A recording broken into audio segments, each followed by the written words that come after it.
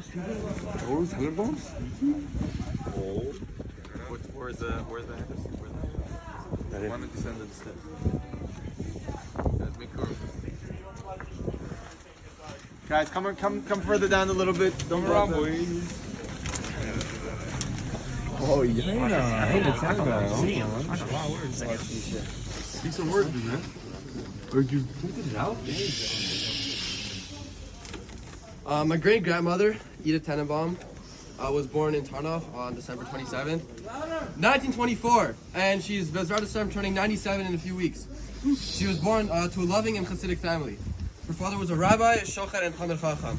My bubby grew up at Sweetigo Ducha number 3, which is this building right here. She went to public school in the morning and Beis Yaakov in the afternoons.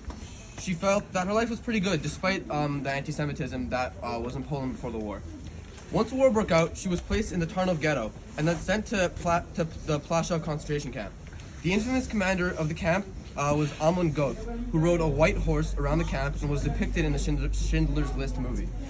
One year, she was fasting on Yom Kippur, but was working in a factory, and she fell asleep on a pile of material. She and the other girls working there had a system that if a guard was coming, they would whistle so that they would all get back to work. But she was so weak from fasting, and the machinery was so loud, that she didn't hear the signal. She awoke by being kicked by Goth with his gun pointed at her head. She knew that it was it for her. But his girlfriend was with him, and she told him, "Why bother killing her? She's so weak that she's going to die anyway."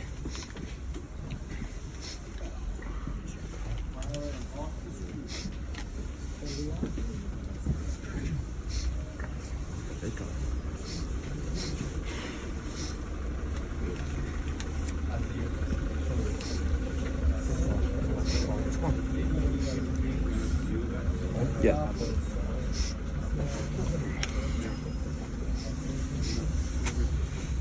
She awoke by being kicked by Goth with his gun pointed at her head. She knew that it was it for her. But his girlfriend was with him, and she told him, "Why bother killing her? She's so weak, she's going to die anyway." He shouldn't waste a bullet on her. After the war, it was discovered that his girlfriend was Jewish, and that she had saved my great-grandmother's life. The next day, she says that everyone is pointing at her and saying, "This is the girl that Goth saw and didn't kill." I want to share what she calls her Hanukkah miracle story. From Plaszow, she was transferred to the Skartsitsko Kamiena camp. It was known that most who were sent to this camp would die. 2/3 of prisoners died of hunger and disease due to the subhuman conditions prevailing in the camp, while others were murdered by the SS men on the camp staff.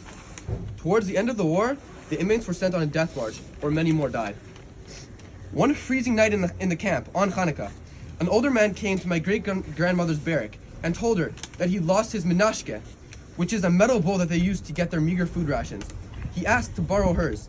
Her friend told her that she'd be crazy to do so, because chances are he'll never bring it back, and then she, instead of him, would starve to death. She had tremendous rahmanas on him, and she gave it to him anyway. As she climbed up to her bed to get the bowl, somehow, in a way that she can't explain to this day, she found a 100 zloty bill on her bed. She had no idea how it got there. That money was enough to buy food on the black market in the camps for quite some time. She hid the money in her shoe at all times, which she used as a pillow at night. Not only did she buy bread, but she bought butter, which was very rare in the camps to have. That meal that Hanukkah might have been one of her most joyous ever. She believes that the extra food is what saved her.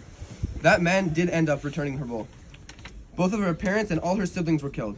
She survived alone with an uncle and one cousin. That's it. After she survived the war, she moved to Los Angeles and later to Toronto. I'm really lucky to have her as part of my life and to be able to tell you all her stories firsthand. Until recently, she would go to different schools around LA and Toronto to tell her story. She told my family that she really wants to be here with us today. Unfortunately, she's too weak to travel and speak in schools anymore, but I can continue to tell her stories on her behalf.